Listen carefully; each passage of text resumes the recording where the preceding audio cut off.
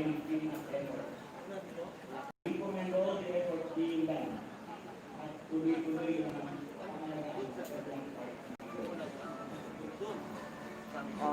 araw mga kababayan, kumusta po kayo? At ito po tayo sa may DNR at may meeting po. Na-invite po tayo para makijoin sa laban para sa kalikasan. Kasama natin si Miss Engineer Berto, Sammy,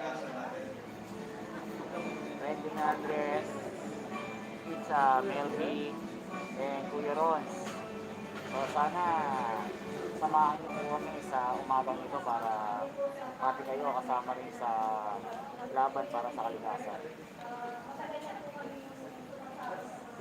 Dami ng viewers, mga 1 million. Dapat lang po na please hindi po natin yung mga kalat po na pinibigay po ng mga tao sa kalikasan. Kasi po, at the end of the day po, tayong mga tao yung pinibigay.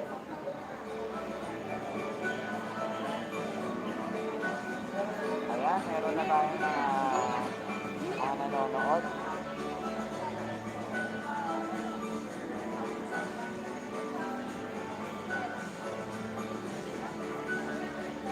Maya-maya lang mga kababayan, magsisimula na po tayo para palakpakan ang ating mga opisyal ng DNR dahil sa kanilang laban para sa kalikasan.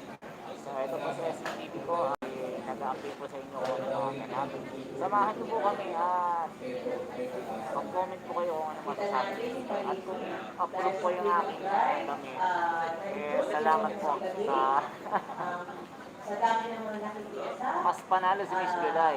Dinaig pa si Jessica Soho sa damit. Sana maging aktibo sa pagpapakiligid. Uli-uli pong palinis po ng mga estero, ilog, dito po sa ating karagatan para iwasan din po ang bahat sa ating luso. Ngayon po, dati binabahat kami, ngayon po hindi na po kami binabahat sa luso magpalamig. Mga opisyal natin kasama natin. May kakampi na sila pagdating sa pakikibaka sa basura. Pinakikilala po namin sa inyo lahat. Siya po, si PBD, Pinas, the Basura Master. Nako, si Sarah, pinatugtog.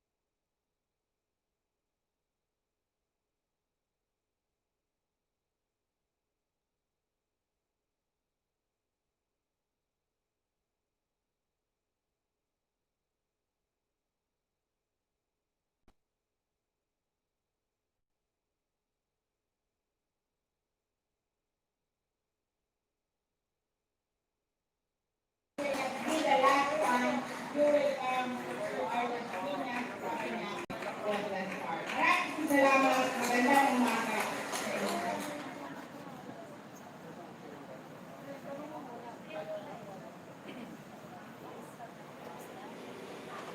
Ayan mga kababayan, na tinanggal ko lang yung sound kasi nandito si Zara Geronimo. Ayun naman. Mahirap eh, nandiyan si Zara Geronimo.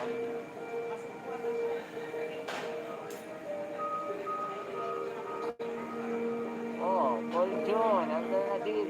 Si Sanet Reynoso, salamat. Approve ba yung aking pang-opisina? Hirap eh. Hirap makahinga.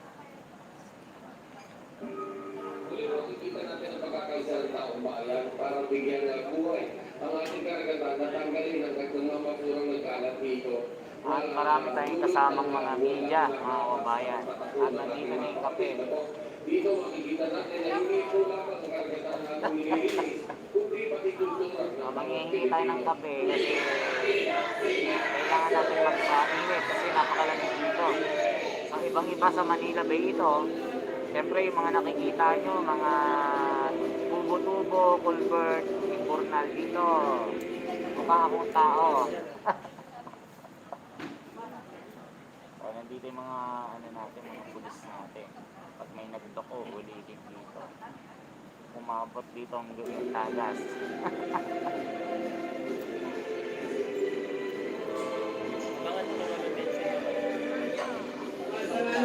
O, salamat sa kay sponsor ng aking damit. Salamat. Mas malapit itong kasama ko. I-reveal mamaya, i-mention lang. Naig pa si Sembrano. Huwag magsasalita ka mamaya siya. Naig pa si Julius Babaw. Mag-comment naman kayo mga kababayan. Kamusta na?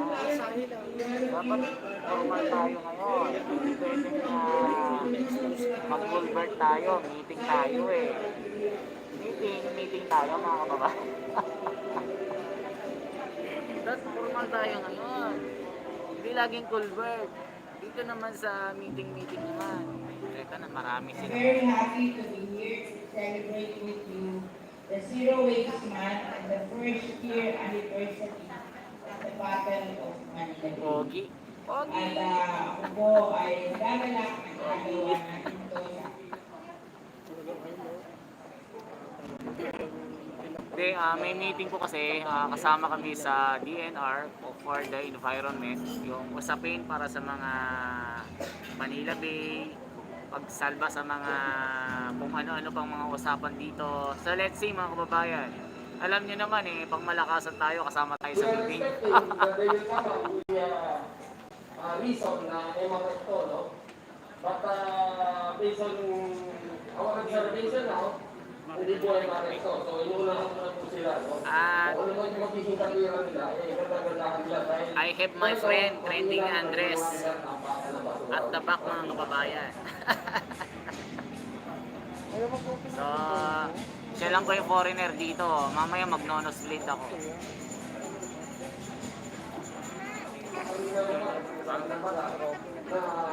Tatabihan? Doon pa, wala na itong mga open up na ito. But here, makikita natin ang data. Tabi mo to. So, I think it's about time for us to happen. Kailangan formal tayo ngayon mga kababayan. Tigil muna ang culvert ngayon. Ang usapan natin eh, formal-formalan.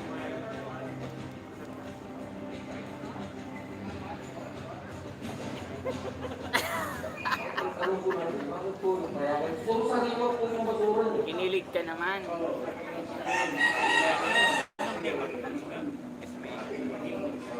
Esmeraldo.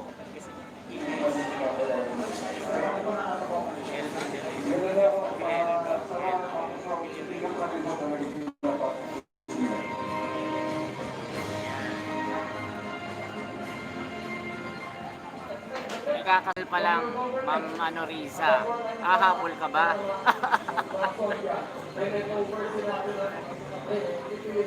Gusto ko magkape. Ang kape. Malamig kasi dito, sarap magkape.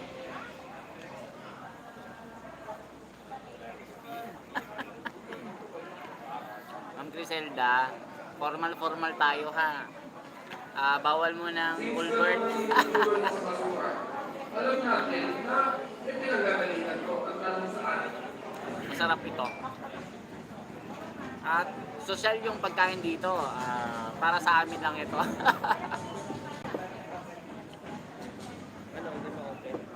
Meron dito, tinalo pa ang Get Up ni Jessica Soho. Ito yung below. Ito. Lantaran paglapasanan sa ating kalikasan. Napakaganda ng bundok, napakaganda ng mga puno. Pero ang isita makikita. Pero mga sabi na sabi mo. Wait lang. So, kasama ko si Engineer Berto, batang-bata, hindi pa natutuwi. Sana dala ko. Hindi ko nala. Hindi yung charger lang. Ay, ano nangyari? Wait lang. Talagang hindi siya transfer station at talagang open dump site siya, no? And bilang natunay, nakita nyo hanggang baba ng bundok, no? Kung basura din. Now, if there will be areas like this, na hindi po natin pipigilan, I don't think magiging successful yung paglilinis natin, masasayang lang yung malaking halaga na dudubulin natin. Gwapo ba ako, mga kababayan? Gwapo ba ako ngayon? Ma'am Marife, gwapo ba ako ngayon? Pwede na ito. Hello, comment naman kayo. Grabe kayo. Pag nasa Colbert ako, pinapanood nyo ako, pero pag formalan, hindi. Sino yung si Ma'am Marife na nag-garbo? Para matigilan yung pagtapon muna rito, mag-prevent muna na pumunta pa sa dagat yung mga basurang yan at yung wastewater. Si Sir Benny, tinatawag ako. Ako na daw magsasabi. Pero na lang ang ulo. Ulo? Ba't ulo naman ang nahanap mo? Doon ka na lang sa ano. Hinggat hanggang mayroong mga ganitong lumalabas tayo sa ating kalikasan. Kaya ito, yung successful ng Engineer. dagdag pa ito ng dagdag, and yet, talaki ng talaki ito.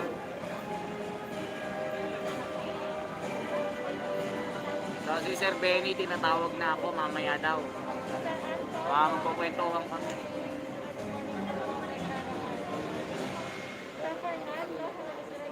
Sir Benny, si Esme TV po.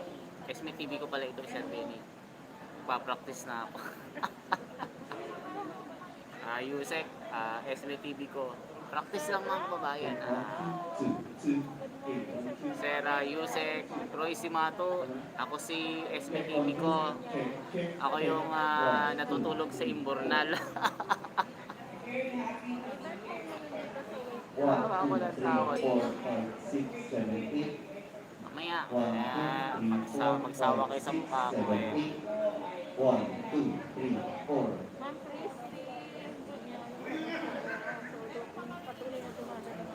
Kape tayo, may kape pa. Mga kababayan, nanukuha ko ng kape. Ngayong umaga na, nalilito tayo sa Las Piñas sa Lainagay White Bank. Kung saan nagsasalawain tayo ng Denr. We commend all the efforts being done. 1, 2, 3, 4, 5, 6, 7, 8. 1, 2, 3, 4, 5, 6, 7, 8, 8. 1, 2, 3, 4, 5, 6, 7, 8.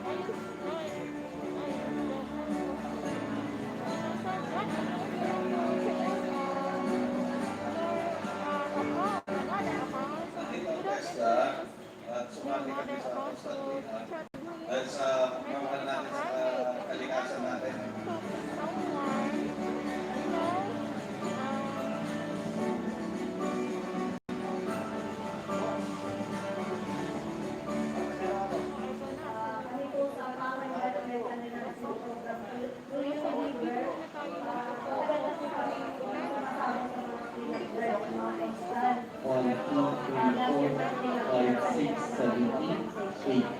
Dapat lang po na linisin din po natin yung mga kalat po na binibigay po ng mga tao sa kalikasan. And kasi po, at the end of the day po, tayong mga tao pinag-benefits.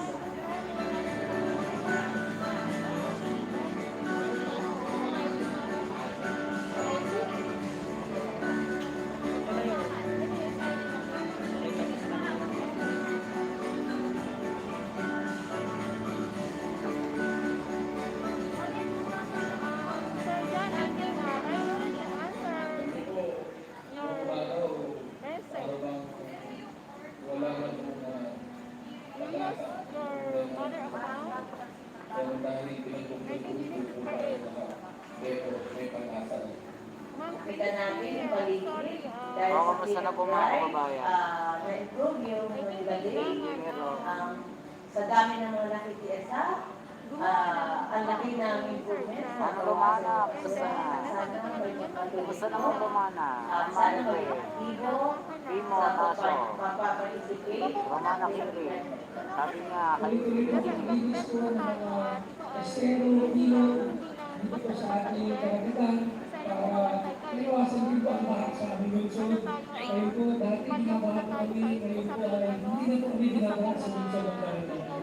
Ipakikilala namin ang mga kabataan para malaman ng mga bata na may kakampi na sila pagdating sa pakikibaka sa basura. Pinakikilala po namin sa inyo lahat.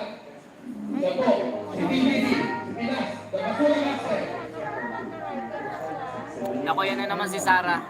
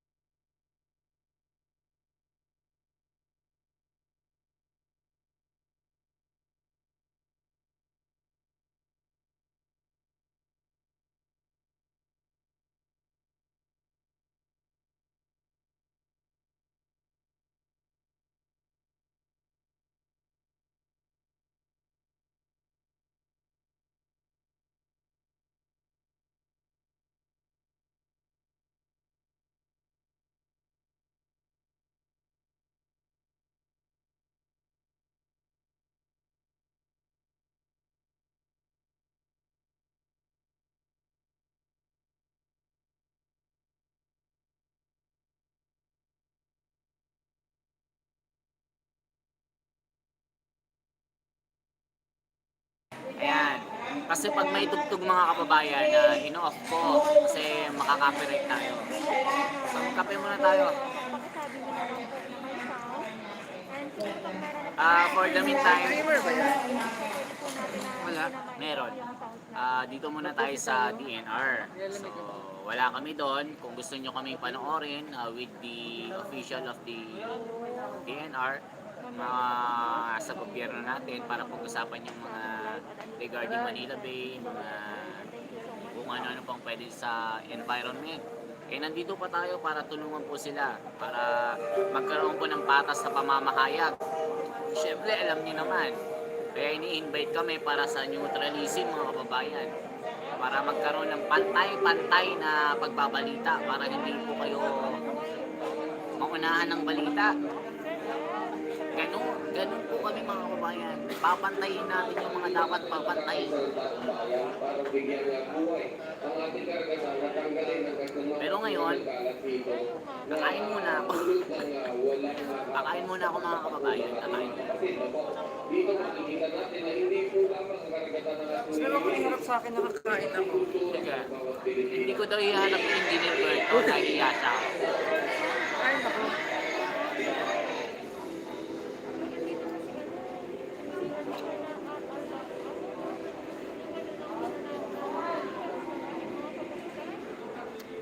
In-invite kasi tayo mga kababayan para maging part din ng kanilang press conference para sa agarang paghahatid ng mga magagandang balita sa inyo para makita rin yung gobyerno na nagtatrabaho kasi hindi na papakita yung mga hindi na papakita. Kaya nandito po tayo para may pakita. So dito na sila.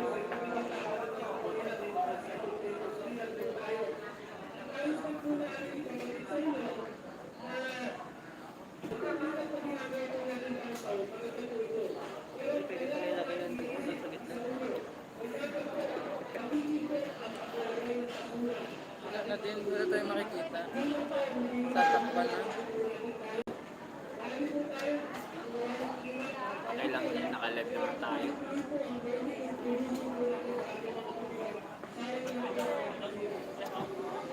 Ang maganda ngayon mga kababayan, nakalive tayo. So makikita nyo po lahat at maririnig nyo yung mga pag-uusapan. Yan pong maganda. At talagang marami tayong mga kasamang taga mainstream media ngayon. So tatapan na, makikipagtapatan po tayo para patas sa patas po ang mga balita na napapanood nyo sa TV at mga YouTube. Uy, nandito na si Secretary. With Benny and the Porta, nandito na sila. Mga kababayan.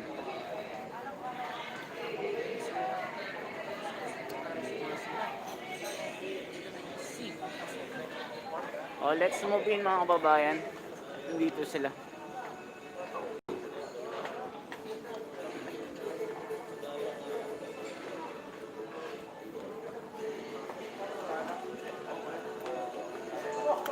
Oh, nandito si Secretary.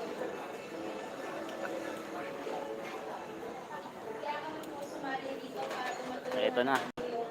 Dito si Secretary Roy Cimatu.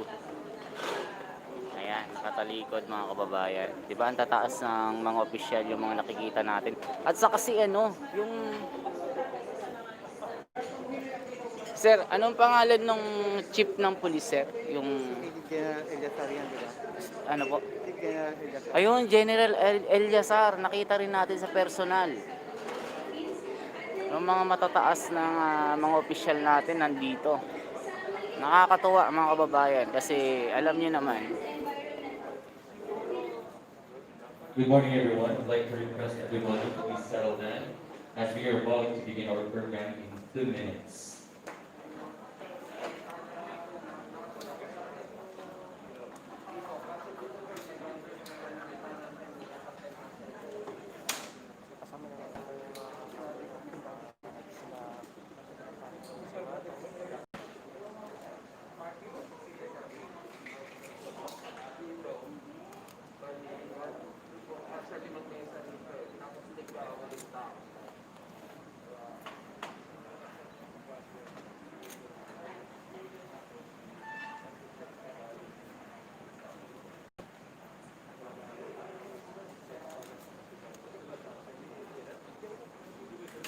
And we have Secretary Roy Cimatu and General Eliasar ng PNP and some of the other officials of the government mga kababayan.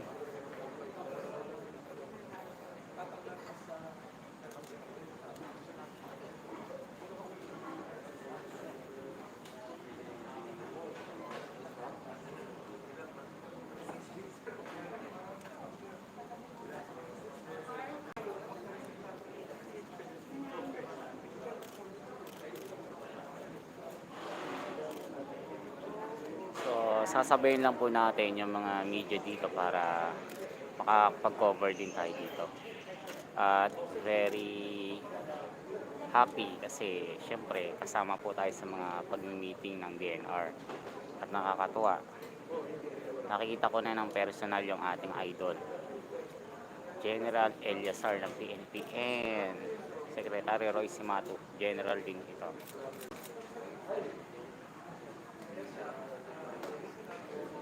Meeting po for the environment and lahat po ng pwedeng pag-usapan. Okay, we shall now start the program. Okay. Can you request our first vloggers? Alright, thank you very much. Okay, dito tayo. Kisimula na po yung program kasi mga babae. At this one, ladies and gentlemen, may we request everyone to stand up for the opening prayer to be followed by the singing of the Philippine national anthem.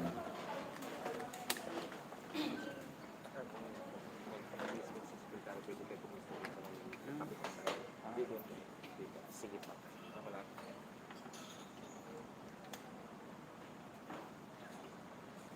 I-mute ko muna mga kababayan kasi makaka-copyright po tayo.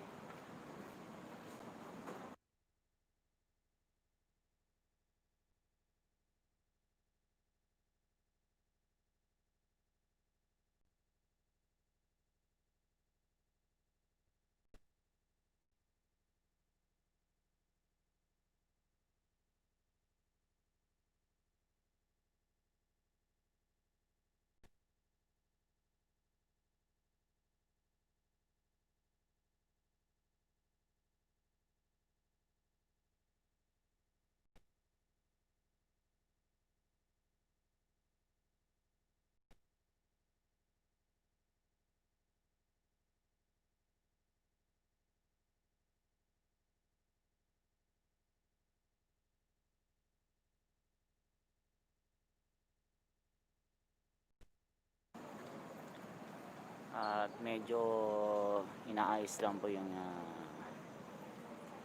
Ipanalangin para sa kalikasan. ano ito. Panginoon, muli po namin itinataas ang papuri sa inyong kadakilaan. Tanggapin po ninyo ang aming pasasalamat.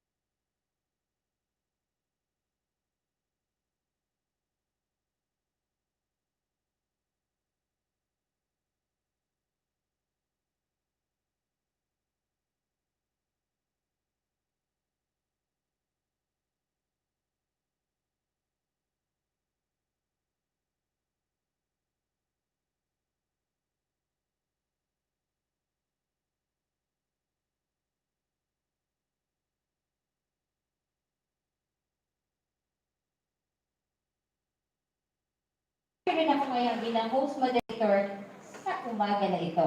Part, alam mo, sa araw na ito, bubulitain natin yung Zero Waste Month na ayon sa Presidential Proclamation number 760. Ito ay nagsasaad na ang buwan ng Enero ay dinideklarang Zero Waste Month.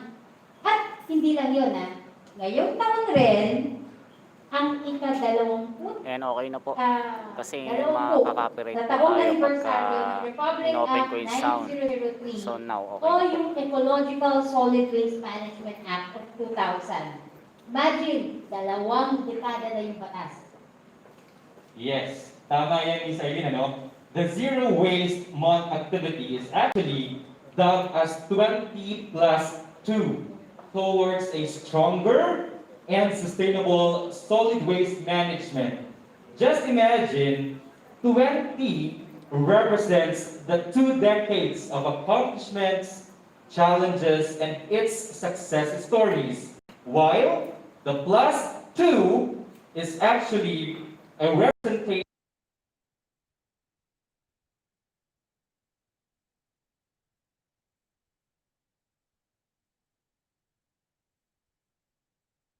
in the country. And so, partner, to start off with our program, May sound na and ho to ba? give Mag-comment this po kayo. welcome message, ladies and gentlemen, let us give a round of applause to the Director of the Environment Management Bureau, Director William P. Peñado. Mag-comment ko po kayo kung may sound ng mga kabayan. Kung may sound na ho ba, mag-comment po kayo.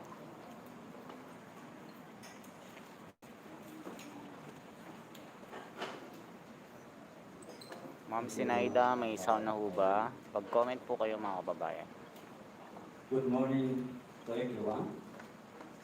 To our beloved Honorable Secretary Roy Cimatu, Undersecretary Jenny G. Boda, Undersecretary Juan Miguel Puna. Thank you Music Channel. Hindi mo na ako magsalita. Manood na lang po kayo. Philippine National Police, Lieutenant General Guillermo Isar, Deputy Chief for Administration. Brigadier General Rodel Sermonia, Director of PNP PCRG. Brigadier General John Mitchell B. Hamidi, Director of the PNP Maritime Group and his team. Attorney Eric M. Luque of the NBI Environmental Crime Division.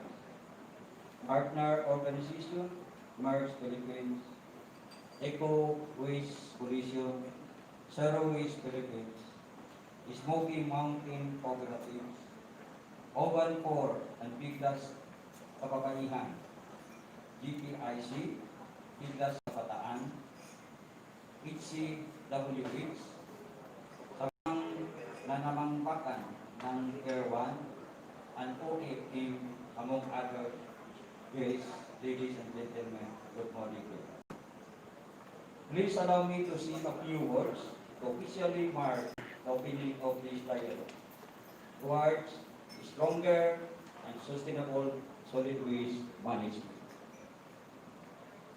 Coinciding with the passage of our Republic Act 9003 or the Ecological Solid Waste Management Act 2001. On this day, 20 years ago, the Philippine government, through its legislative body, passed the Republic Act number 9003 or the Ecological Solid Waste Management Act 2001. This was around the period we got most of our existing environmental laws. Republic Act 8749 or the Clean Air Act of 1999, Republic Act 9275 or the Clean Water Act of 2003, and Republic Act 9512 or the National Environmental Awareness and Education Act of 2008, among others. However, compared with these other ground environmental laws, the Republic Act is one of the most striking policies to be implemented by the department. Because of its positions at the nexus of the stakeholders involved in the consumption and productions of food, as well as the waste collection, disposal, treatment of the waste that comes after. For each successful implementation, we have had to go beyond enforcing regulatory mechanisms. For industries and involve ourselves with the community itself. Much like the saying, it takes a village to raise a child. So Republic Act 9003 also mandates a lot of stakeholders engaged to ensure that the waste management practice by the community is successful. This means that not only do we coordinate with the other national government agencies such as DTI and DIBG, but we must also work within the capacity of our local government units, with balancing the socio-economic advocacy represented by our non-government organizations and private entities such as manufacturing. Thus, after the 20 years of trials and error, the communications and mixed communications of many alliances at times communicate through the good and the bad, we find ourselves here all together engaging a dialogue over what we can further improve this wonderful group that united us through our share of keeping a clean and a green Philippines. For that, we thank you for this show of support and for our employees, partner communities, waste management champions. Let us keep an open mind during this dialogue and continue working together to move the solid waste management agenda forward. Thank you very much and good morning again.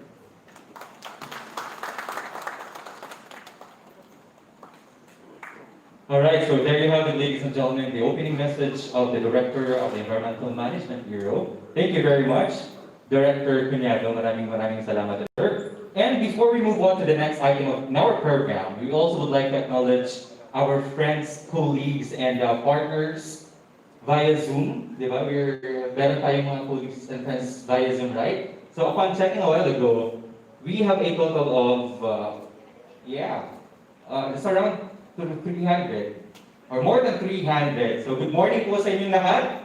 Ayan, can you all wave your hands? Hi, good morning.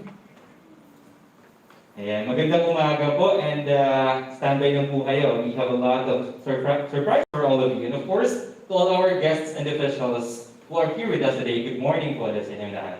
Yes, Carl. At nais natin ipaalam na yung mga nasa Zoom ay Luzon, Visayas, and Mindanao ang nag-join sa atin dyan. So this is a nationwide event.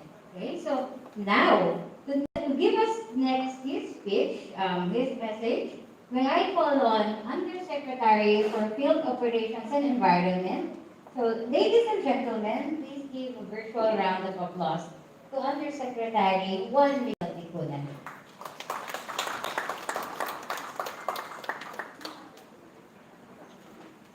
Thank you very much to Carl and team. Magandang umaga po sa inyo lahat. Before I make my message, allow me to acknowledge the guests who are here today. First of all, the Honorable Secretary going to Cimatu, sir. Undersecretary Benny Anticorda, Lieutenant General Guillermo Eleazar of the Philippine National Police, Brigadier General Rodel Sermonia, also of the PNP, General John Mitchell Hamili, and his team from the PNP Maritime Group. Morning. Attorney Eric M. Nuki, the National Bureau of Investigation. Morning, sir. Engineer William Punyano, who just spoke earlier of the Environmental Management Bureau.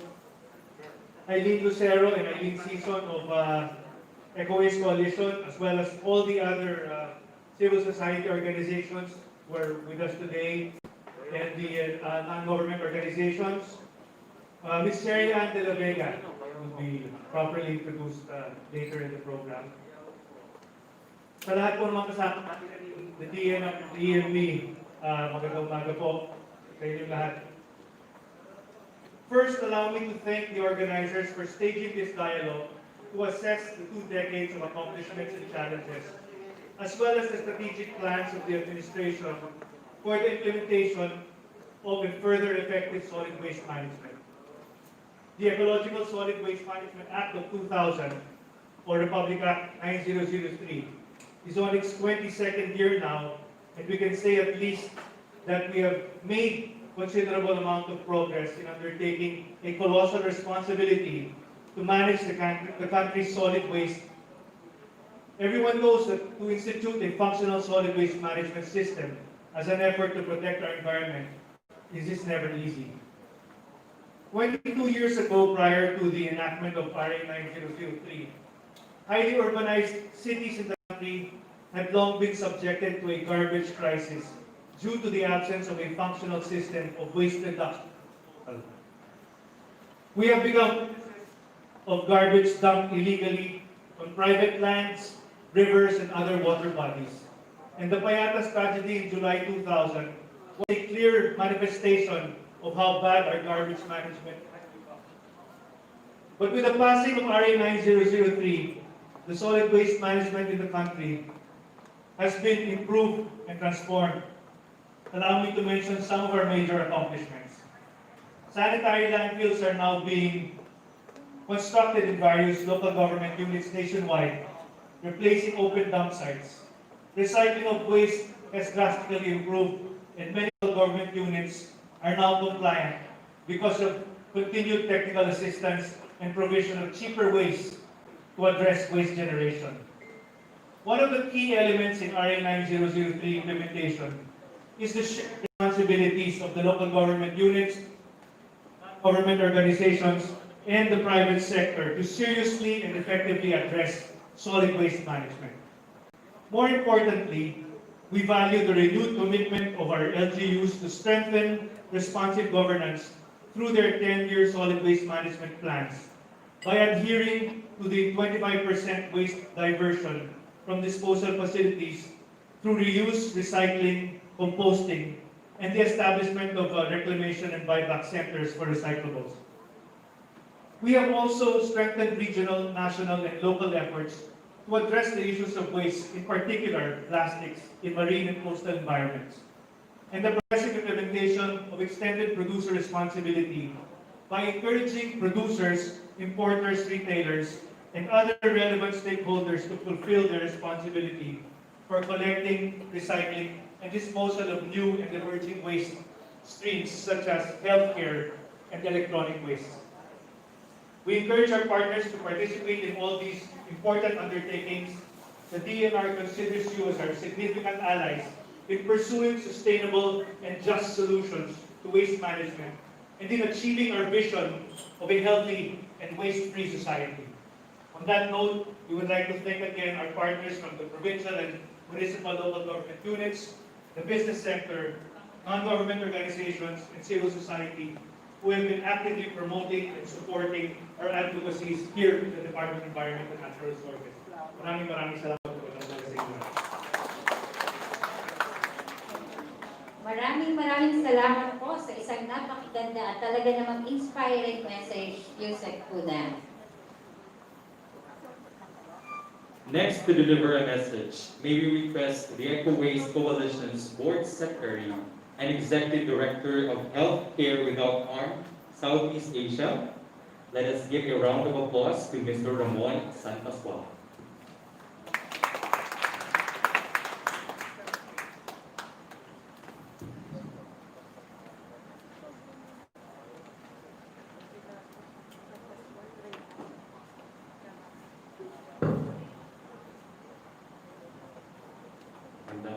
Magandang ating lahat.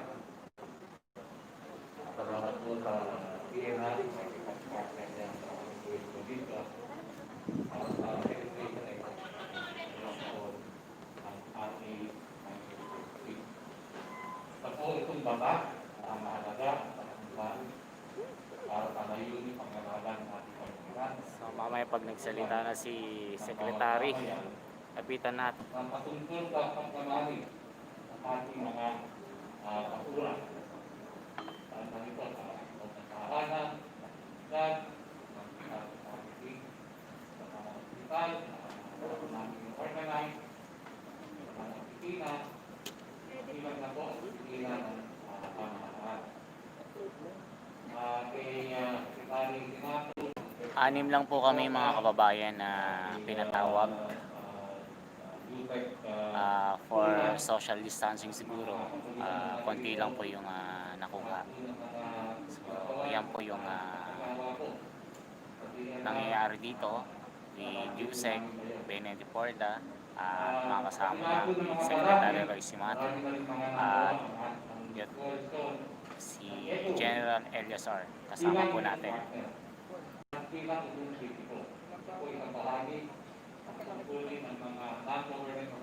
Para po sa eco waste management po mga kababayan, para sa mga pagpapasara ng mga illegal na mga dump site at ilan pang mga problema sa environment. Yan po yung magiging topic dito. Paano maparusahan, ano ba yung magiging mga illegal na tubo, mga ganyan.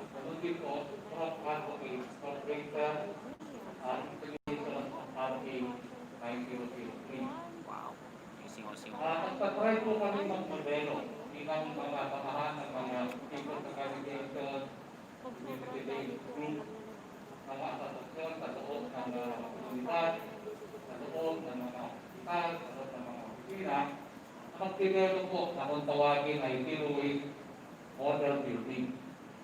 Kabilang po sa mga ikagawa ko sa nakaraan 20 taon. Ma'am Sinaida, salamat po.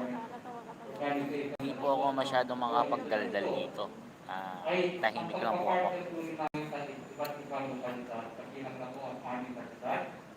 Dalawang probinsya, isang island na municipality, 4 na munisipyo, karamihan dito ay Masiete at Cavite, 21 barangay sa iba't ibang syudad ng Metro Manila, mga subdivision, 3 university, komunidad sa Valentina, halimbawa na po, simbahan, ang palengke, at ako bilang kung nagawa ng medical card, at least 10 hospital sa kalamihan, Metro Manila, pero meron din po sa probinsya, ay nagmumodelo po ng zero waste. Para makita lalo na ng pagpipil sa paglalabas ng single-use plastic.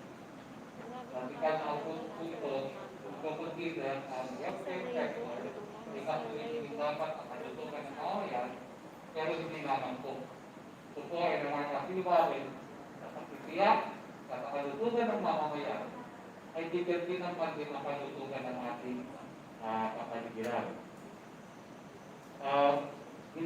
Kami rin po ay nagtataguyan ng green job sa iba't ibang mga waste workers. Tumutulong po kami sa nangungulekta ng ating mga basura, nag-organize ng iba't ibang mga job association, ng mga MFF, at patuloy po kami nakikipagtutak at nagpapatupad ng tutulak ng mga opinansa sa government sa proper segregation, lalo na po ang usatin ng local plastic ban habang wala pa po nationally legislated banning on plastic, single-use plastic. At ganoon din po, tinutulak po namin ang NEA. At kabilang na po ang partner sa DNR, kritiko dito, at nakikipag-partner sa matapos ng mga LGU. Sa madaling sabi po, kami po ay hindi lang maingay sa mga bagay na hindi natutupad ng pamahalaan. Hindi kami po kasi iyosan ako ng aming kakayanan na tulungan ang mga komunidad. Hindi naman maging malinis, hindi naman maging manulog, kundi magbigay ng kabuhayan, lalo na sa ating mahihirap na mga barangay. Sa mga maglitan, mag-recycle, at ganoon din po ay muli pagkakamawa ng ating mga basura.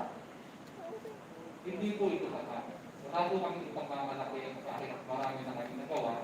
Dahil hindi po kami nasitiyan, inaabot 20 taon, 22 taon, wala nang ipatupad ang ating 1963. Sapat po na nagiging witness tayo sa taon-taon na pagkabata. Sa taon-taon na pagpabalik ng ating Manila ng maraming basura. Every time ng bulan at sumanakas ang pangkat ng alon, pinabalik natin ng basura sa Boulevard. Ito po ay witness, kakulangan pa po. At kung magpapakumbaba po kami dito. At ganoon din po, hinihingi po kami ng pagpapakumbaba sa pamahalaan natin na ating tagapin ang ating pagkakumbaba. At gumawa pa po ng mga radical na aksyon. Umaasa kami kung gano'n ng ating gobyerno, partikular ang tanay ng ating pamahalaan. Pamumuna po ng ating sekretary Cimatu, katuong ng DNR, ay gamitin niya ang katutunan at mandato na binibigay ng 1960 para epektibong i-address halimbawa na ang single use plastic. Marami na pong banta sa pagbabago through legislation and through concrete action. At tulungan po natin itong sekretary na sana po bago matapos ang termino ng ating Pangulong Duterte ay maitapatas sa puso. Kapilang po kami sa pagtunggulang nito para mabigyan ito ng atensyon sa Senado at Kongreso. Alam po namin na maandar pero kulang pa po.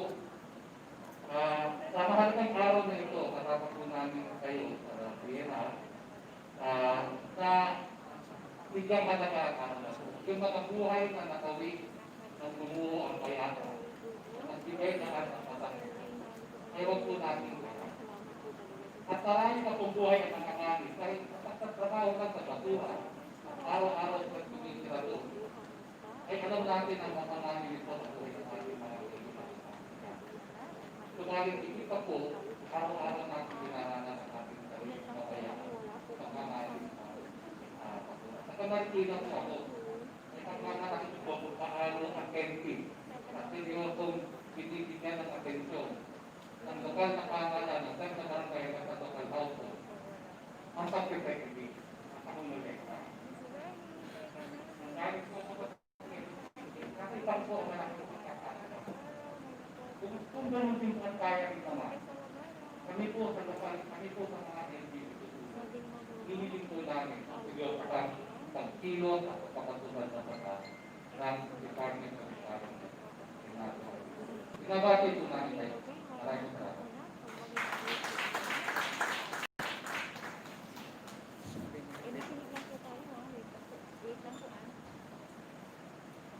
There you have it. Alright, so there you have it, the message of the Eco Waste Coalition's Board Secretary, Mr. Ramon San Pascual. Thank you very much, sir.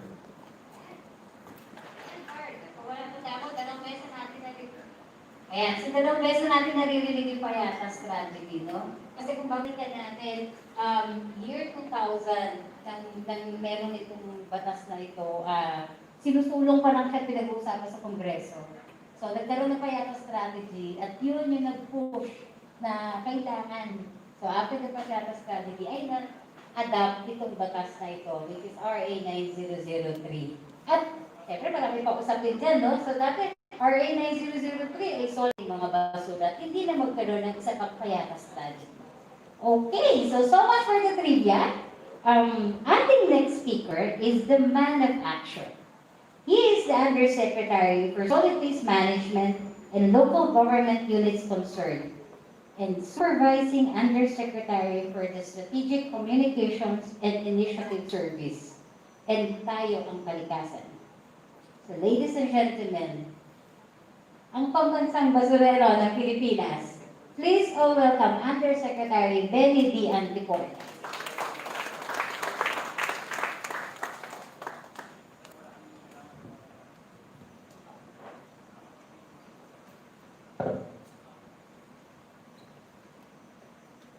To the youngest, dahil sa sobrang sipag, Secretary of the Country, Secretary Roy A. Cimatu, sir.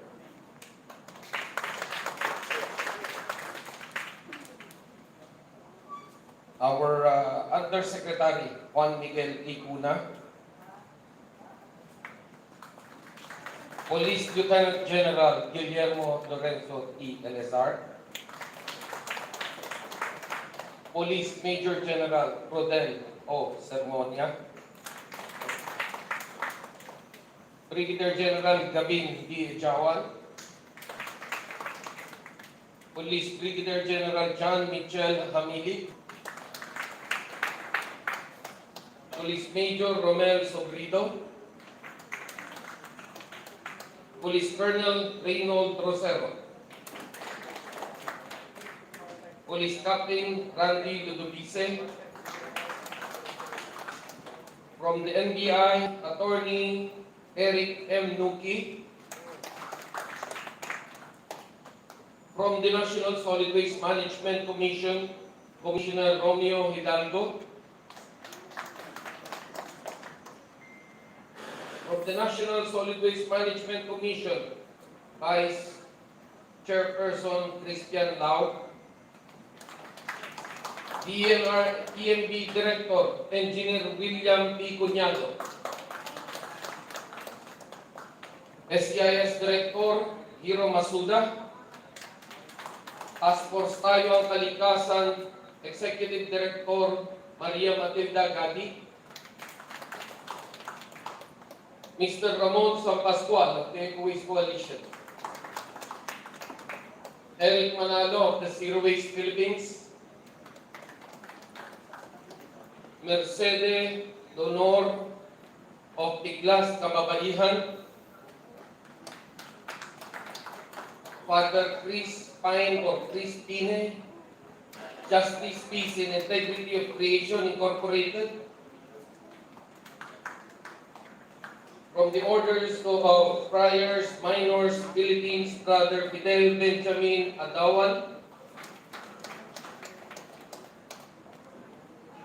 from MERS Philippines, Cheryl Ann M. De La Vega, Mr. Ramon San Pascual, the Executive Director of the Healthcare Without Harm, Fred Ayabas, Member Support Eco-Waste Coalition, Lou Arsenio, Executive Director of the Archdiocese of Manila, Ian Mendoza, President Smoky Mountain Cooperative, Jesse Deano, President Tiglas Kabataan, Louis Lizano, President Samahang Mananambakan ng Pier 18. And of course, our brothers and sisters who are in webinar now, from the media, from the local government units, the Eco-Waste Coalition, the non-government organizations, the National Solid Waste Management Commission, the sanitary landfill operators, the Environmental Management Bureau, regional offices, academies, and counting. Good morning to all. Allow me to start by apologizing for not being able to accommodate everybody in this social hall. As you all know, we are bound to follow the health protocols to ensure that participants and guests are protected. This hall can accommodate around 500 persons. However, since we live under a new normal, we can only allow about 50 persons, or 10% of its total capacity, so we beg for your indulgence. 20 years ago, former President Gloria Macapagal Arroyo signed into Republic Act 9003 or the Ecological Solid Waste Management Act of 2000. This law provides the necessary policy, framework, and institutional mechanism to address the increasing volume of solid waste generated in the Philippines. The law also mandates the local government units to achieve 25% waste reduction through the establishment of an integrated solid waste management plans based on the implementation of 3 Rs: reduce, reuse, and recycle. 20 years later, the country still wallows in garbage despite the passage of RA 9003. Why? Because garbage is always considered the last and the least of our priority. Waste generation persistently increased from a daily average of around 37,000 tons per day in 2012 to 40,000 tons in 2016. At the close of 2020, the country has generated some 21.5 million metric tons of garbage. In Metro Manila alone, around 3.5 million metric tons of waste were generated. Out of this volume, the government was able to collect only 85%, and the remaining 15% of uncollected garbage is either burned or dumped in open dump sites. 20 years ago, we vigorously campaigned for the reduction of waste through the 3 R's: reduce, reuse, and recycle. However, we have not been so successful. The 3 R's 2 decades ago expanded to 5 R's: reduce, reuse, recycle, refuse, and scrap. Yet, the country still struggles in managing the waste. Garbage collection has been inefficient. This contributed to waste ending up in our water bodies, in our steros, rivers, and lakes that ultimately drain into our seas and oceans. As I said earlier, in the system of implementation of government programs, solid waste seems to take the last spot in the order of priorities. Sadly, this system was also the practice of the local government units. We see an entirely different scenario now under this administration. Tama na po ang pagwawalang bahala. Ang ganitong gawin at pag-uugali ay kailangan ng tapusin. Kaya naman po sa administrasyon ng Pangulong Rodrigo Roa Duterte, ang DNR sa pangunguna ng aming kalihim, Roy Cimatu, na siya rin namumuno sa National Solid Waste Management Commission, ay kumilos upang tuldukan na ang ganitong sitwasyon at linisin na ang ating kapaligiran at mga katubigan. Nitong nakaraang 2 taon, ang DNR at ang komisyon ay naging masigasig at seryosong nagtatupad ng mga programa sa tamang pamamahala ng basura at mahigpit na ipinatupad ang batas. Dear friends, we are honored to present to you what we have accomplished in the last 2 years to be able to catch up with the demands of the Solid Waste Management Act. Modest as it may seem, we were able to see and feel some changes in the implementation of our solid waste management efforts. At this point, may I direct your attention to the video presentation on the highlights of concerted and collective efforts of the government and the civil society.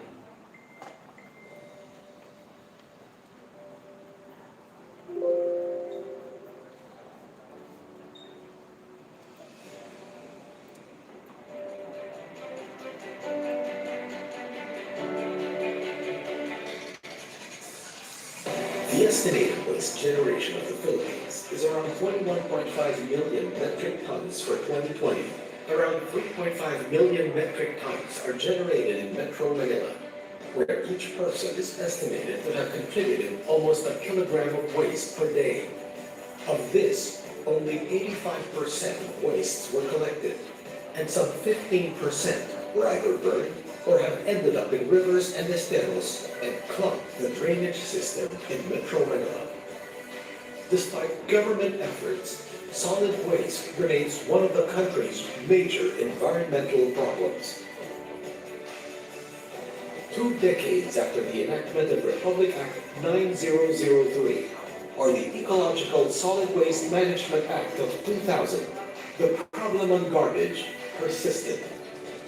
In 2018, under the leadership of Sec.Roy Cimatu, the DNR committed to provide solutions to the country's garbage woes and started the intensified campaign towards proper disposal and management of garbage.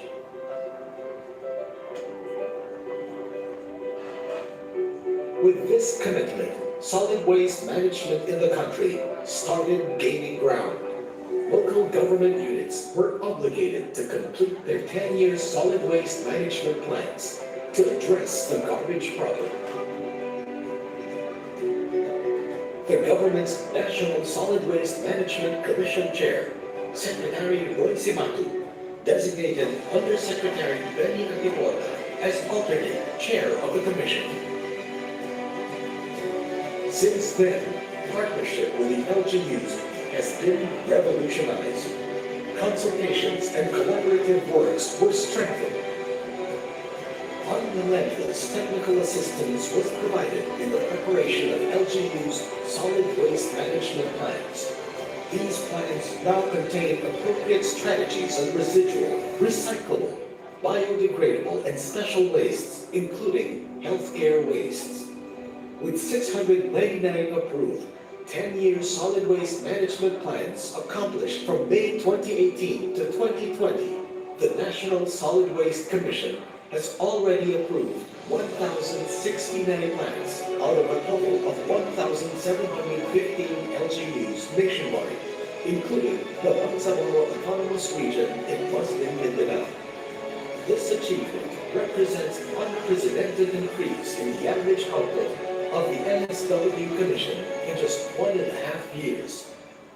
Strongly determined to enforce the provisions of Republic Act 9003, the Commission, under the guidance of the Office of the DENR Undersecretary as acting chair, effected the closure of 165 illegal dump sites, including those in Porac, Bacolod, and San Fernando in Pampanga, Limay in Bataan, General Luna in Siargao Island, Calamba in Laguna, and more recently in Tanzang, Cavite. To show how serious the Commission is in implementing its mandate, several cases have been filed with the Office of the Ombudsman against erring local executives. Meanwhile, the number of sanitary landfills rose from only 135 in 2017 to 165 in 2018, 187 in 2019, 241 by the end of 2020, and still counting. Yusek Antipota spearheaded the ban on the use of unnecessary single-use plastics in all government offices through resolution number 2020-1363. A succeeding NSWMC resolution number 2020-1364 adopting the interim guidelines on the management of COVID-19 related healthcare waste to address the increasing volume of healthcare wastes generated in health facilities. The Commission also issued NSWMC resolution number 1380 adopting the guidelines on the waste analysis and characterization study, WACS, and its related manual. This resolution prescribed the color coding of waste bins or bags according to its classification: green for biodegradables, blue for recyclables, red for household special wastes, and black for residual waste. The guidelines on WACS serve as the prescribed guide for all government-initiated conduct of WACS and the standard and basis of all 10-year SWM plans submitted to the Commission for approval effective January 2021. Consistently advocating proper waste management led to conceptualization of the pioneering program Pera sa Basura ng Bata, not only to train the youth, but also to make them realize that there are incentives in the proper management of wastes. To secure support and cooperation, the first ever public consultation with sanitary landfill operators was conducted, resulting in firmed up, doable solutions on wastes. To provide assistance in waste recycling activities, 5 bio-waste shredders and composters were initially distributed to the LGUs of Pampanga and Bataan. Distribution of 173 bio-waste shredders and composters for LGUs within the Manila Bay region will follow. The persistent and no-nonsense implementation of the law on ecological solid waste is apparent in the changing landscape in terms of management of garbage in the country. With the continuing efforts of solid waste management, a cleaner and healthier environment is certainly not far from reality.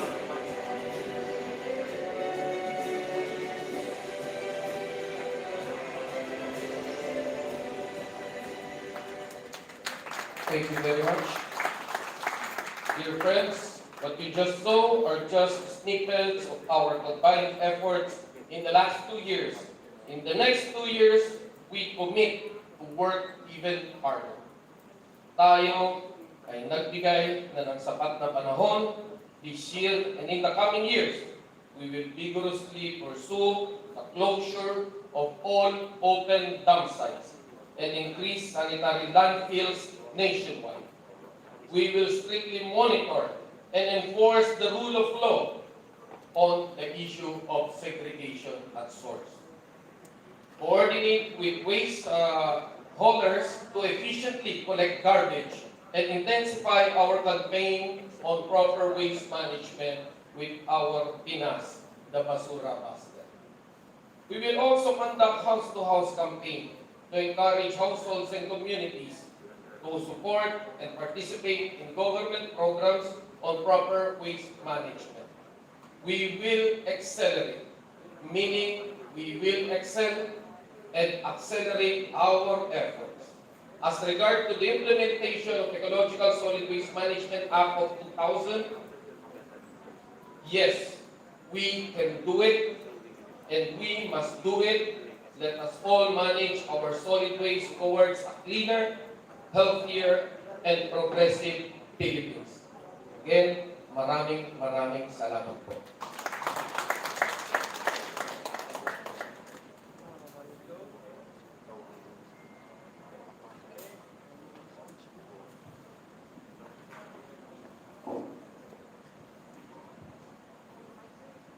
Thank you very much, Undersecretary Benny D. for the sabi nga we must makataasa tayo na sa susunod na mga taon ay mas gaganda, mas magiging sustainable, mas magiging stronger yung implementasyon ng RA 9003. Okay? Yeah, I agree with you on bakit kaya lagi negative? Anyway, so I agree with you on that, Miss Aileen.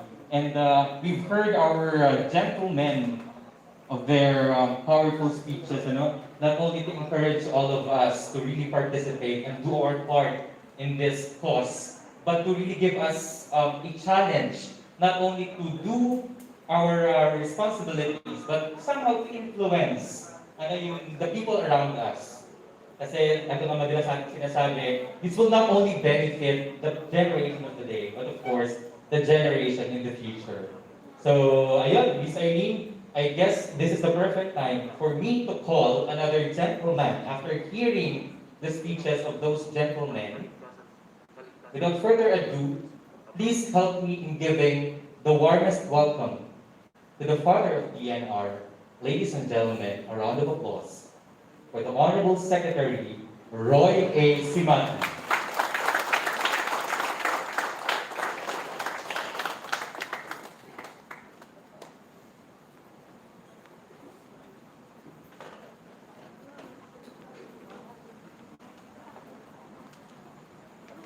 Thank you very much. Please be seated.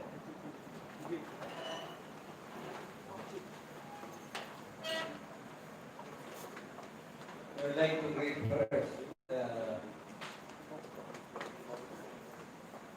the Director of the Environmental Management Bureau, Bureau Director, Director Banyano,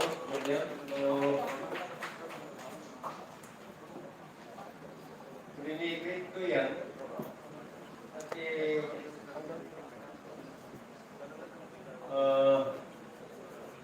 bagong promote siya.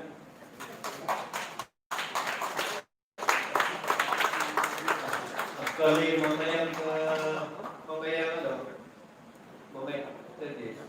tayo mag-take out siya. Gusto ko dito ka na mag-take out.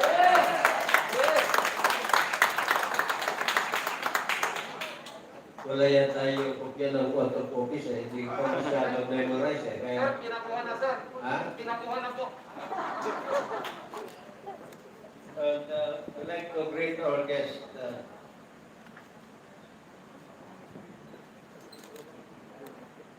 like to greet Lieutenant General Rizar.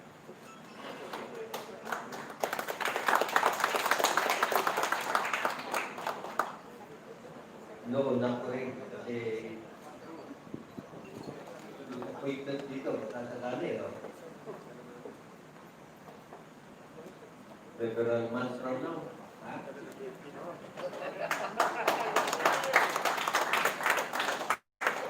Like also to greet the general. Marami pa rin general dito ngayon. General Sermonia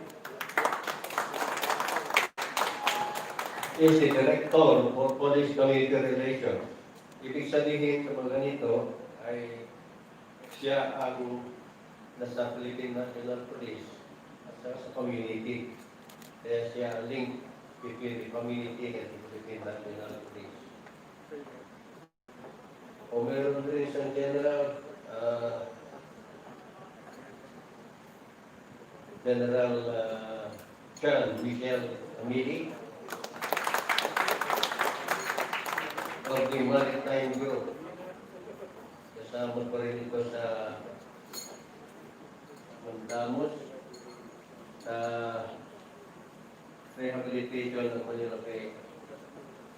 Sa kanyang mga ibang other officers from the military or the police or here. I of course would like to greet your Kona, the secretary, and also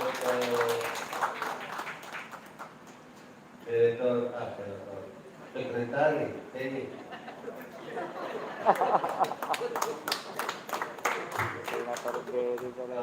Nagkamali lang ako.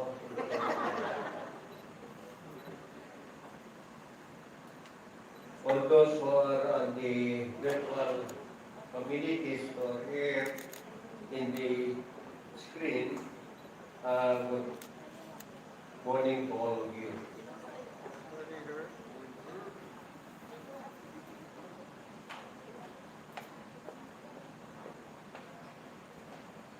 Ano bang ibig sabihin itong 20 plus 2?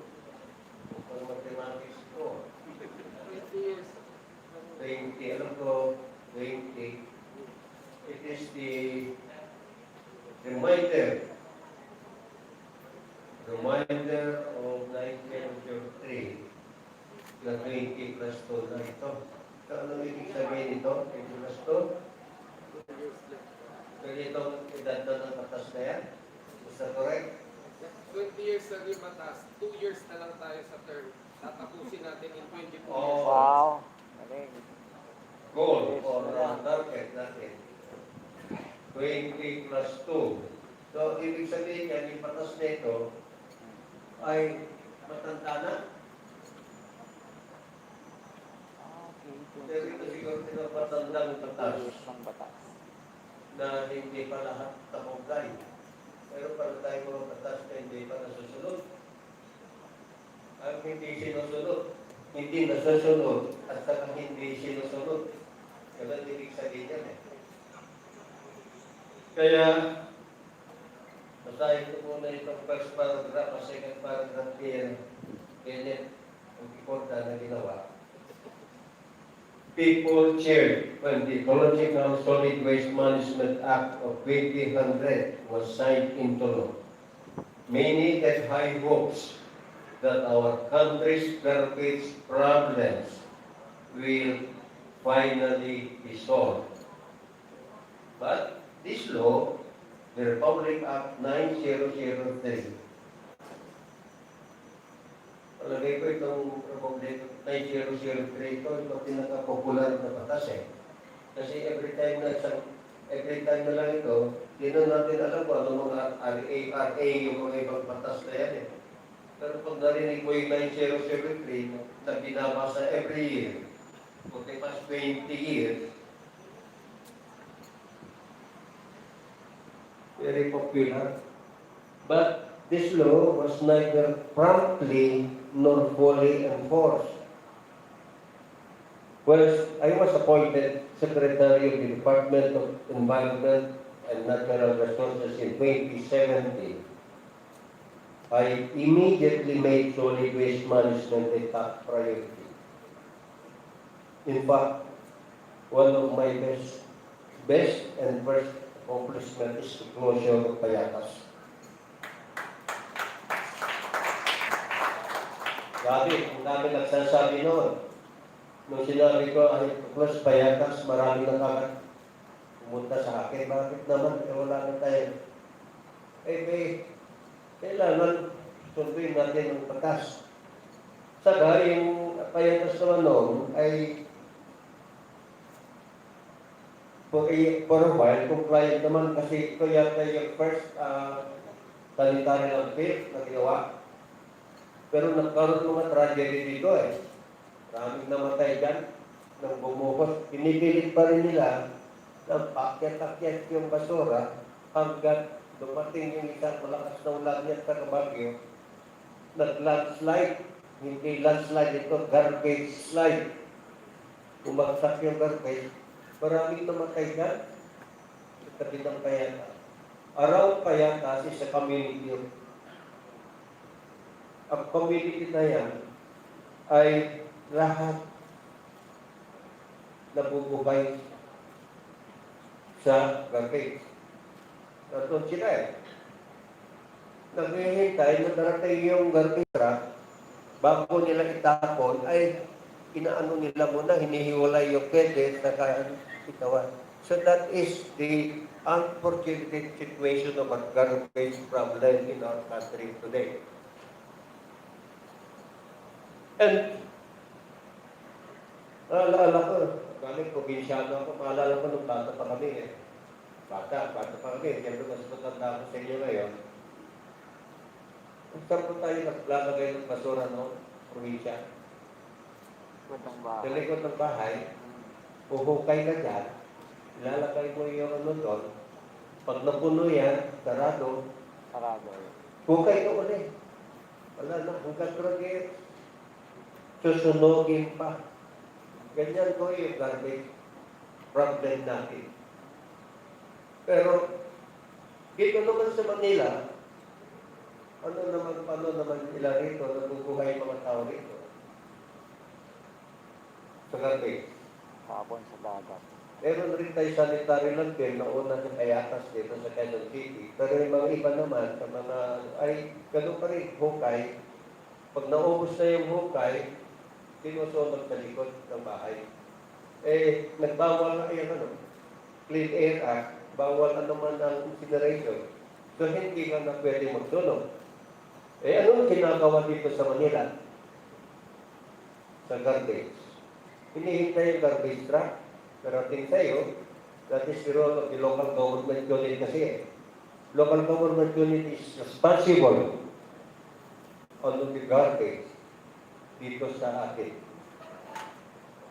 Ngayon, kung hindi naman nadaanan ng garbage truck yung lugar mo, pasensya ka na lang. Eh, saan mo naman dinadala yung garbage pagkatapos? Itapon mo sa estero, itapon mo sa Manila, Pasig River, itapon mo sa Manila. Ganyan po situation noon at sarang ngayon. O walang signal dun. Kaya, dito tayo.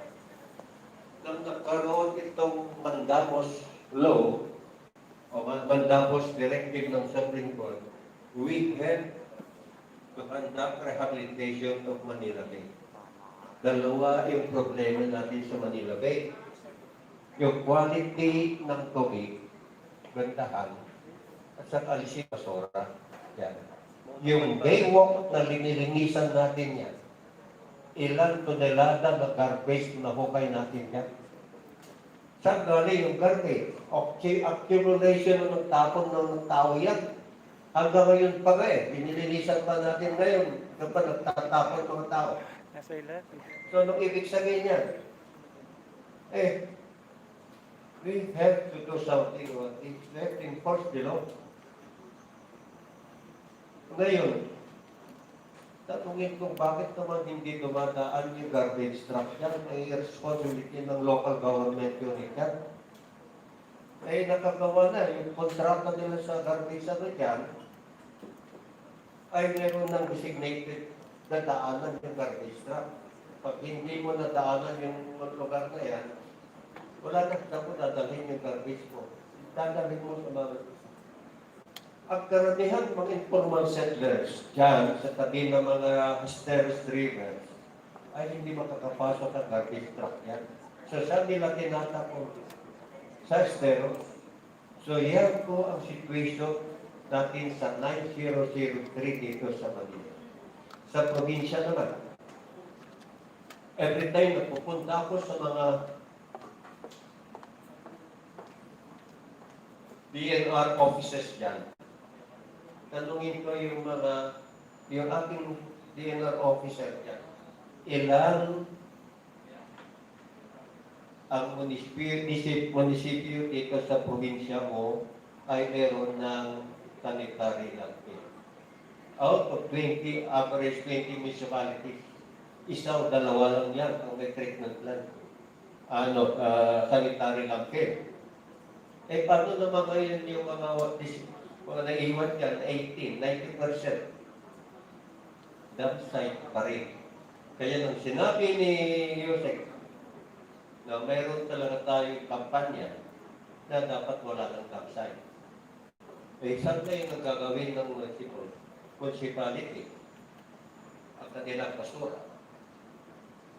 Di naman mo tawag masabi na problema mo na yan. Problema mo yan, LGU yan AU yan. Eh, paano naman sir, kung kanulang naman yung amin sa munisipyo? Several portion of that ay ginagamit sa environment, which is 9003. So, ngayon, problema ng municipality mayor. Ay, sige, gagdahan mo yan. Otherwise, masuspenso ka. Eh, pag nasuspenso ka pa naman, wala ka ng tiyansang nanalo sa eleksyon. Ay, ito yung mga problema, dilema ng probinsya. Hanap kami ng paraan dyan kasi kailangan milyon sa gagastusin mo kasi dyan eh. Magpatayo ka ng sanitary landfill eh. Eh, ngayon, anong option mo? Pasasaraduhan raw ni ito. Yosef, by Benny. Sinong Benny yan? Sabi, Benny ang tipot na. Ito yung ano dyan. Sasarado ng mga website. Ano ba yung last na pinasaraduhan na dyan? Taksa? Nakita ko sa television. Ang luwag-luwag na dump site yun. Ilang hektarya? 6 hectares of dump site. What does that mean? Eh, nakasikiktas ka eh. Hindi ka lang magagawa ng sanitary landfill mo. Eh, nasa batas kasi yan. Ano ba yung nasa batas kasi 9003? Simple. Bawal ang dump site. Convert your dump site into sanitary landfill. Nandiyan yung batas eh. And yet, only less than 10% ay nakakomply. So 90% hindi nakapag-comply. Sabi nila, sir, wala naman kami pambili eh. Wala kayo pang gastos eh. Sinabi ko kay Yosek Benny, gawa ka ng paraan, paano ka magagawa ng sanitary landfill na hindi man mag-equal na 100 million? Kasi umaabot ng 100 million ng isang sanitary landfill. Sabi niya, kung makapagawa ka ng sanitary landfill na 2 million, 5 million lang dyan, gawin mo. Paano yun? Paano tumigil sanitary? Kasi sanitary landfill, it is a landfill that should be sanitary. So anong gagawin mo doon? Gagawin mo ay lahat ng mga pinagbawal dyan ay huwag mong ilagay dyan sa sanitary landfill. So ito kayo na pinapagawa ko. Design a sanitary landfill na hindi na masyadong magastos. So yun na yung ipapagawa. Yan ang mangyayari dyan sa Yosef Benny. Pag pinagbawal natin ang dump site, yan ang alternative. Wala na talagang ibang solusyon yan. Bawal magsunog. That's violation of the Clean Air Act. So ito ngayon yung aking nakikita, pero mukha yatang mapasahin ko pala itong pinulat mo, Benny. Earlier, we showed a video that highlights our accomplishments. I am honored to report that we have gained significant ground since 2018 in implementing the Political Solid Waste Management Act of 2000. It is called 9003. Maliting ko yan. particularly in the closure of open dam sites, the establishment of material recovery facilities, and helping local government units develop their 10-year solid waste management plan. Maalaala ko ba eh, Yan lang ako ba? sa aming maliit na bayan sa Ilocos Norte sa Baguio. Ako kauna-unang pamilya sa Pinulang ako ng tubig. Bina, pati sa probinsya namin. Yung aming mayor doon, kapatid ko, former PNP officer, General Wing. Sabi ko nga sa kanya, ano mo, mayor ka. Sabi ko sa kanya, di ba sa'yo, sekretary ka naman eh. Ikaw, pero yan ang kapatid ko na yan. Pero pinakagaling sa amin, mga kapatid. At lo kaming magkakapatid, nag-graduate mo, kami lahat sa BMA. Graduate kami lahat yan eh. Pero yung youngest namin yan, ako si 27 ito sa PNP sa ILAPI. Kaya no, mga pinakagaling sa amin, mga kapatid. Pagdating ko yan, grade 1, graduation na tayo.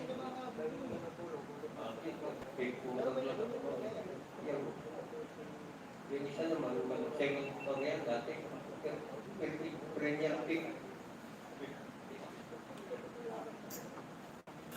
Pero sabi ko naman, mabis na lang yung kapatid ko. Ito lang yung isang balis na diba? Sabi ko naman, pag-1-star ko ako. 2-star 3. Pag-3-star 3, katulad ko na. Pag-3-star 3. So sabi ko, kahit take place lang tayo.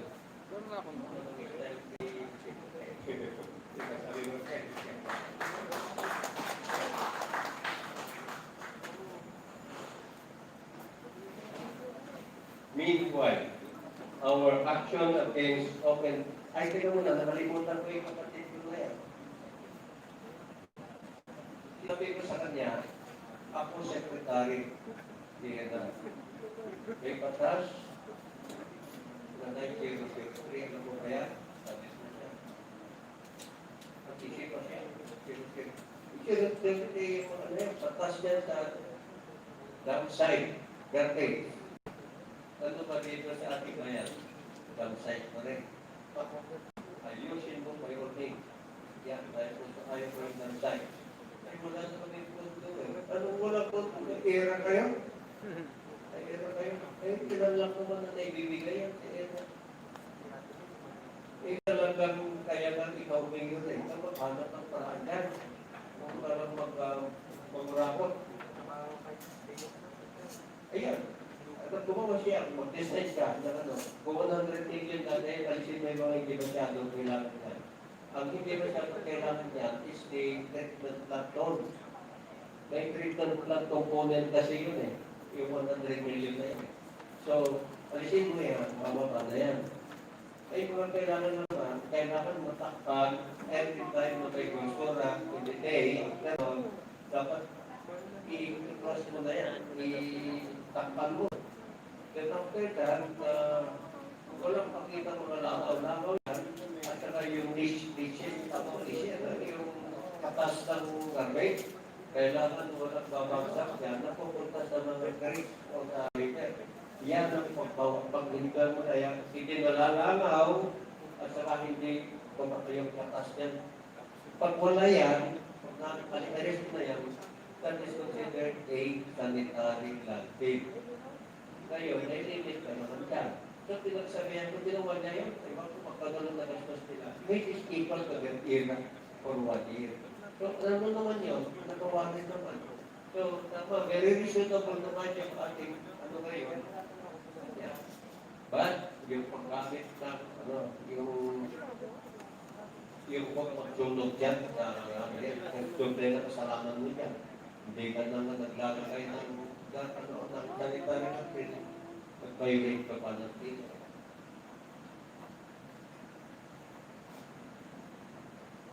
Meanwhile, our action against open dam sites has been relentless. Thus, I commend the efforts of Undersecretary Denny D. Antiporta, my alternate chair, the National Solid Waste Management Commission.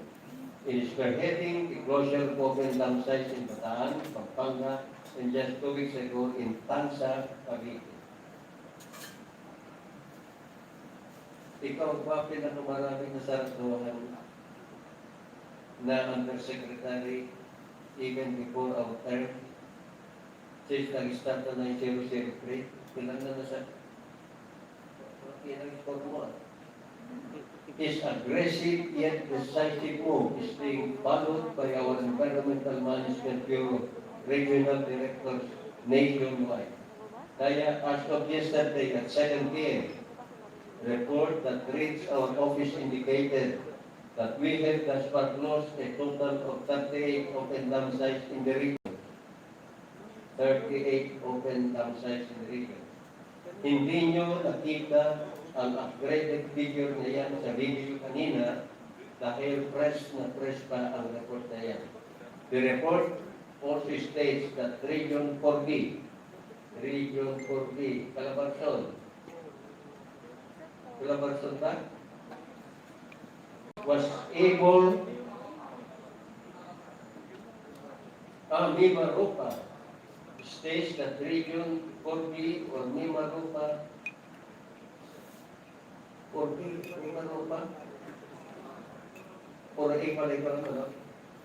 was able to close 17 dump sites.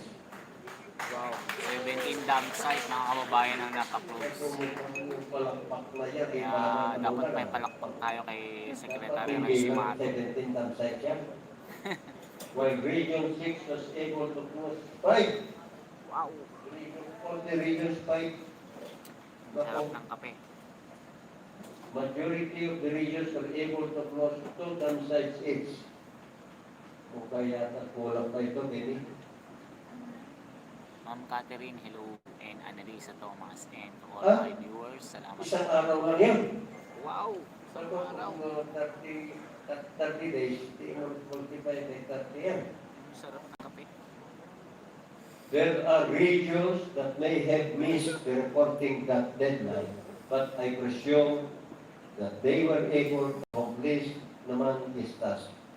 Congratulations to the regions for a job well done. Again, following the move of your second report that our EMP regional directors will continuously undertake closure of open dump sites within the respective areas of jurisdiction. And this is my directive to them, and my directive to Benny. All open dump sites must be closed Tapos, by the end of March this year. nako. May deadline na mga kababayan. Again, all dump sites must be closed by the end of March this year. And to prove how serious we are, the NSW, the ND, held a public consultation last Friday, January 22, regarding the list of the non-environmentally acceptable products and packaging. Though we are experiencing heavy resistance from the plastic industry, we will still push through in coming up